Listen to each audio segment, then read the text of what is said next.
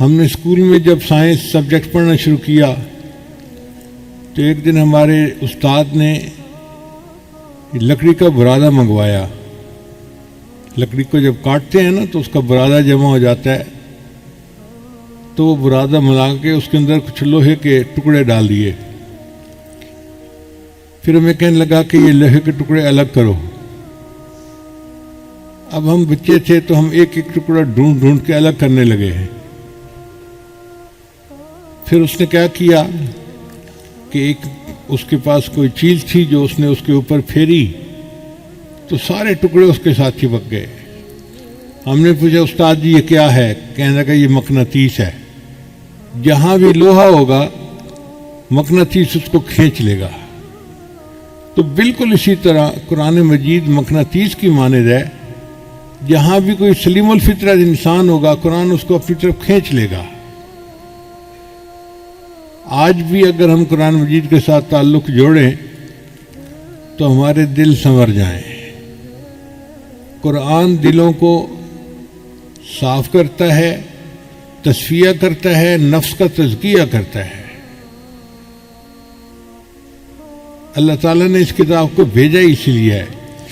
یہ اللہ کا کلام ہے, انوارات سے بھری ہوئی کتاب, برکتوں سے بھری ہوئی کتاب. یہ دلوں کی دوا ہے, بیماروں کے لیے شفا ہے, نسخہ خدا ہے. نبی علیہ السلام کے زمانے میں قرآن کی کثرت سے تلاوت کی جاتی تھی. کتابوں میں لکھا ہے کہ اگر تہجد کے وقت کوئی بندہ مدینہ کی گلیوں میں چلتا تو اسے ہر گھر سے شہد کی مکھیوں کے بھن بھنانے کی آواز آتی تھی. یہ شہد کے مکھیوں کے بھن بھنانے کی آواز کیا ہوتی تھی؟ ہر گھر کے لوگ قرآن پڑھ رہے ہوتے تھے. آج ہمارے گھروں سے یہ آواز نہیں آتی, اس لیے کہ سب سوئے ہوئے ہوتے ہیں.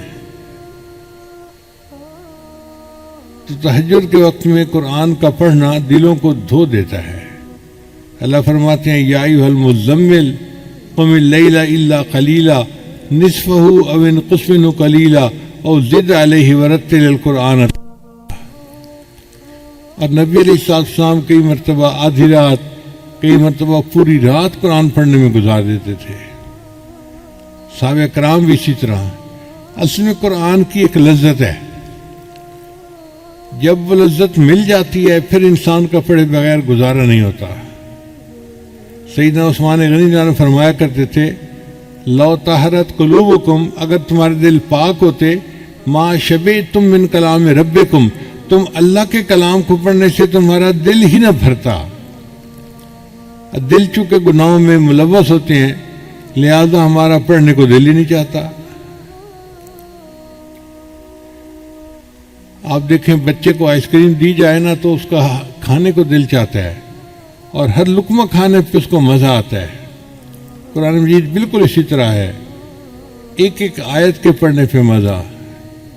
اور کئی دفعہ تو نبی علیہ السلام ایک ایک آیت کو بار بار پڑھ کے مزہ آتے.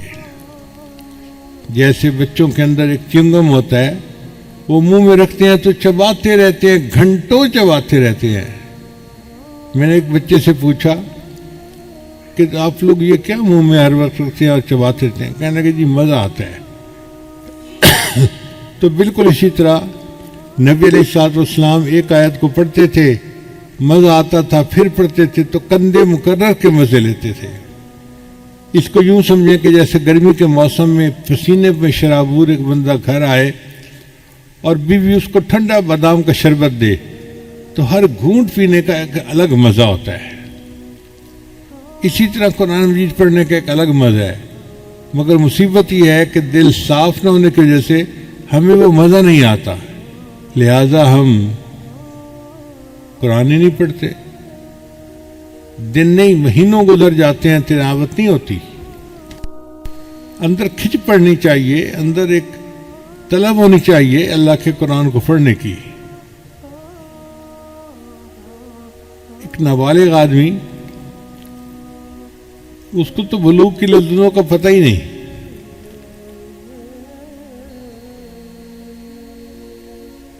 اور اگر ایک بالغ آدمی جس کی شادی ہو چکی ہے اس کو کوئی کہے کہ جی ہم آپ کو بسکٹ کھلا دیتے ہیں، آج آپ بیوی کے پاس نہ جائیں، تو وہ کہے گا کیا بیوقوفوں والی بات ہے، اس سویٹ ڈش کی یا اس کھانے پینے کی یا ان بسکٹوں کی کیا حیثیت ہے؟ میاں بیوی کے وقت گزارنے کا معاملہ ہی کچھ اور ہے۔ اسی طرح جب دل صاف ہوتا ہے تو پھر قرآن مجید پڑھنے کا مزہ ایسا ہوتا ہے کہ پھر نیند کا ہونا، تھکاوٹ کا ہونا، یہ چیز رکاوٹ نہیں بنتی۔ بندہ جتنا بھی تھکا ہوا ہو رات کے آخر پیر میں اٹھ جاتا ہے اور مصلے پہ کھڑا ہو جاتا ہے۔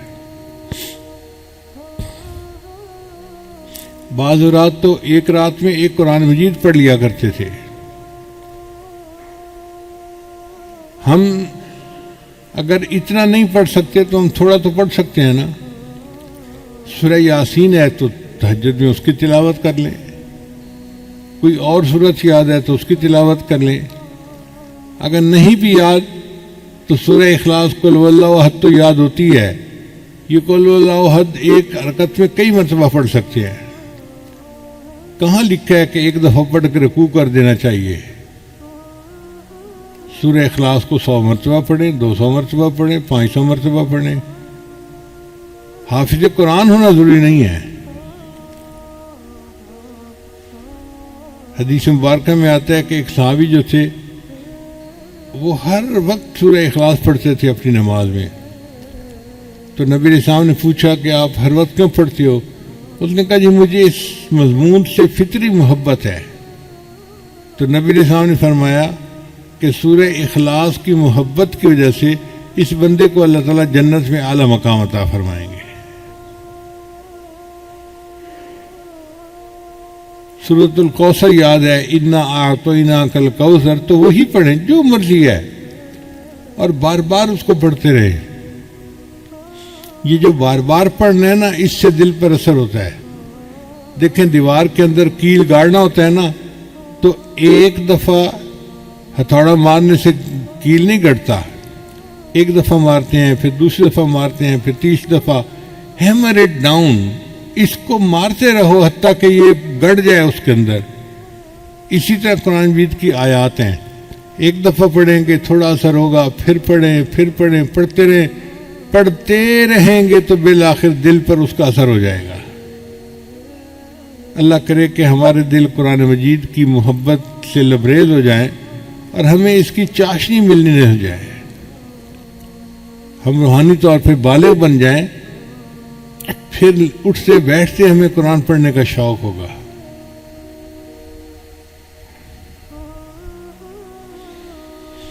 سیدنا صدیق رضی اللہ کے بارے میں آتا ہے کہ وہ قرآن مجید پڑھتے تھے تو سننے والے پہ اثر ہو جاتا تھا،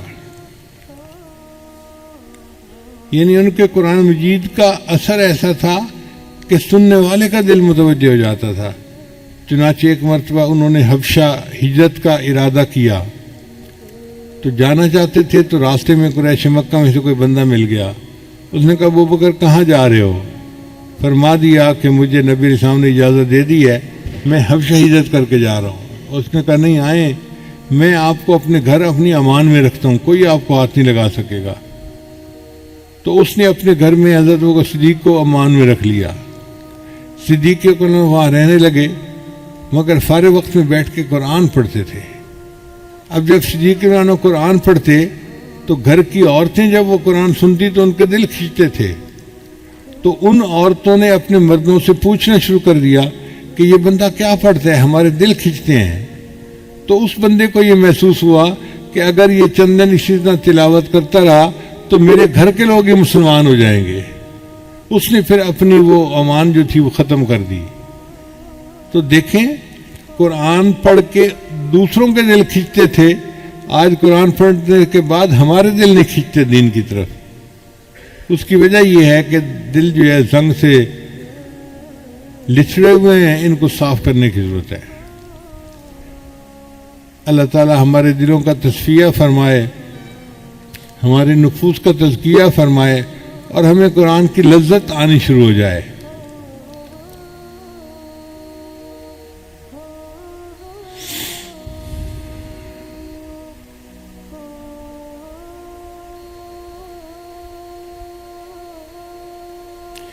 قرآن مجید کی محبت انسان کے دل کو منور کرتی ہے اور ایمان کو بچاتی ہے۔ چنانچہ ایک پاکستانی مسلمان کا واقعہ میں نے کتاب میں بھی لکھا ہے کہ وہ امریکہ میں انجینئر کی جاب کرتا تھا اور دفتر میں اس کے ساتھ ایک امریکن لڑکی بھی جاب کرتی تھی۔ اب لڑکی کافی حور پری قسم کی چیز تھی تو لڑکا اس کے ساتھ متعلق ہو گیا، ایسا عاشق ہوا کہ اس کا دل چاہتا تھا کہ جو مرضی ہو میں نے شادی اسی سے کرنی ہے۔ ایک دن موقع پا کے اس نے لڑکی کو کہہ دیا کہ میں تم سے شادی کرنا چاہتا ہوں۔ اس نے کہا کہ میں اپنے والدین سے بات کروں گی۔ اس کے والدین پکے عیسائی تھے۔ ان کا یہ کیسے ہو سکتا ہے کہ ایک پاکستانی ہو اور مسلمان ہو اور ہماری بیٹی کی اس سے شادی ہو جائے؟ تو لڑکی نے کہا جی کہ میرے والدین تو تیار نہیں ہیں۔ لڑکے نے کہا بھائی جو شرط رکھیں گے میں قبول کروں گا، میں نے ہر حال میں شادی کرنی ہے۔ اب والدین نے شرطیں رکھی۔ پہلی شرط کہ اگر ہماری لڑکی کے ساتھ شادی کرنی ہے تو تم اپنے گھر والوں سے رابطہ ختم کر دو، پاکستان کوئی فون نہیں کرنا، والدین سے، رشتہ داروں سے، بہن بھائیوں سے رابطہ ختم۔ اس نے شرط مان لی۔ دوسری بات کہ تم جس ایریے میں رہتے ہو وہاں سے مکان چھوڑ کر تم ہمارے گھر کے قریب مکان لوگے۔ اس نے یہ شرط بھی مان لی۔ پھر تیسری شرط کہ ہم عیسائی لوگ ہیں اور ہم سنڈے کے دن اپنے چرچ میں جاتے ہیں، تو تم بھی سنڈے کے دن ہمارے ساتھ چرچ میں جایا کرو۔ ان کا مقصد یہ تھا کہ جب یہ جائے گا تو کچھ دنوں کے بعد یہ عیسائی ہو جائے گا۔ اس نے یہ بھی شرط مان لی۔ پھر انہوں نے ایک شرط اور رکھی کہ ہم کوئی چیز بیٹھ کے کھائیں گے نا تو یہ انکار نہیں کریں گے کہ میں یہ نہیں کھا سکتا، یہ نہیں کھا سکتا، یہ نہیں کھا سکتا۔ جو ہم کھائیں گے اس کو کھانا پڑے گا۔ مقصد یہ کہ ذبیحہ کا گوشت ہے یہ بغیر ذبیحہ کے، یا سور کا گوشت ہے یہ جو مرضی ہے یہ کھائے گا۔ لڑکے نے یہ بھی بات مان لی۔ آپ یوں سمجھے کہ لڑکے نے اس کی خاطر ہر بات کو قبول کر لیا۔ تو ماں باپ کہنے لگے ٹھیک ہے، اگر یہ اپنا دین چھوڑ کے ہماری طرح بننا چاہتا ہے تو ہم بیٹی کی شادی کر دیں گے۔ لو جی شادی ہو گئی، اور شادی کے بعد وہ پاکستانی لڑکا اچانک ہی غائب ہو گیا۔ نہ دوستوں کو پتا کہاں گیا ہے، نہ ماں باپ کو پتا، کسی سے رابطہ ہی نہیں۔ اس نے جاب چھوڑ کے کوئی دوسری جگہ جاب لے لی اور ایک شہر سے دوسرے شہر منتقل ہو گیا۔ سب لوگ بڑے حیران تھے، اس کو زمین کھا گئی یا آسمان پہ چلا گیا، کیا ہوا اس کے ساتھ؟ 3 سال اسی طرح گزر گئے۔ 3 سال کے بعد امام مسجد نے ایک دفعہ فجر کی نماز کے لیے مسجد کھولی تو یہ پاکستانی صاحب جو تھے یہ مسجد میں آئے نماز پڑھنے کے لیے۔ تو امام صاحب نے نماز کے بعد اس کو اپنے کمرے میں بلایا کہ بھئی آؤ بیٹھو، ایک کپ چائے کا پی لو۔ پتہ نہیں کہاں چلے گئے تھے، ملے ہی نہیں اتنے عرصے کے بعد۔ تو یہ نماز کے بعد ان کے کمرے میں آیا اور پھر اس نے اپنی سٹوری سنائی۔ کہنے لگا امام صاحب میں اس لڑکی کے عشق میں اتنا پاگل تھا کہ اندھا ہو چکا تھا۔ ماں باپ کو چھوڑ دیا، بہن بھائیوں کو چھوڑ دیا، اپنے ملک کو چھوڑ دیا، اپنی کمیونٹی کو چھوڑ دیا، مسلمانوں کی مسجد کی نمازوں کو چھوڑ دیا، ہر چیز کو چھوڑ دیا اور انہی کے رنگ میں رنگ گیا۔ 3 سال میں اس کے ساتھ اپنے گھر میں رہا، نہ میں نماز پڑھتا تھا نہ تلاوت کرتا تھا، لیکن میرے جو گھر کا دروازہ تھا نا اس کے سامنے ایک الماری سی تھی جس میں کتابیں لگی ہوئی تھیں، اور ان میں ایک قرآن مجید تھا جس کی سبز جلد تھی۔ تو آتے جاتے میں اس قرآن کو محبت کی نظر سے دیکھتا تھا اور اپنے دل میں نادم شرمندہ ہوتا تھا، یا اللہ تیرا قرآن سچا ہے اور میں گندا ہوں اور میں اپنے نفس کی خواہش کے پیچھے اس لڑکی کے ساتھ تعلق جوڑ بیٹھا ہوں، تو مجھے معاف کر دے۔ کوئی عمل نہیں تھا مسلمانوں والا، شراب پیتا، سور کھاتا، وہی ڈانس پارٹیاں، وہی سارا کچھ گند، بس آتے جاتے قرآن کو محبت کی نظر سے دیکھتا تھا۔ کہنے لگا ایک دن میں گھر آیا تو میں نے دیکھا کہ قرآن مجید اپنی جگہ پہ پڑا ہوا نہیں تھا، تو میں نے بیوی سے پوچھا کہ ایک سبز کتاب یہاں تھی، وہ کہاں گئی؟ اس نے کہا میں نے گھر کی صفائی کی، اور جن کتابوں کو نہ آپ پڑھتے ہیں نہ میں پڑھتی ہوں، میں نے ان فالتو کتابوں کو ٹریش کین میں پھینک دیا ہے، گند کا ٹوکرا جس کو کہتے ہیں۔ کہنے لگا جیسے ہی میں نے سنا تو میں تو فوراً بھاگا باہر کی طرف، اور جو ٹریش کین پڑا ہوا تھا اس میں نے وہ کتاب نکالی، اور میں اس کو چوم رہا ہوں، اور میں اللہ سے معافی مانگ رہا ہوں کہ یا اللہ یہ تیرا کلام تھا، تیری کتاب تھی، ہم نے اتنی گستاخی کی کہ اس کو ردی کی ٹوکرے میں پھینک دیا۔ میں اس کو لے آیا اور گھر آ کے رکھا، تو بیوی مجھ سے پوچھنے لگی کہ تم یہ کیا جذباتی کام کر رہے ہو؟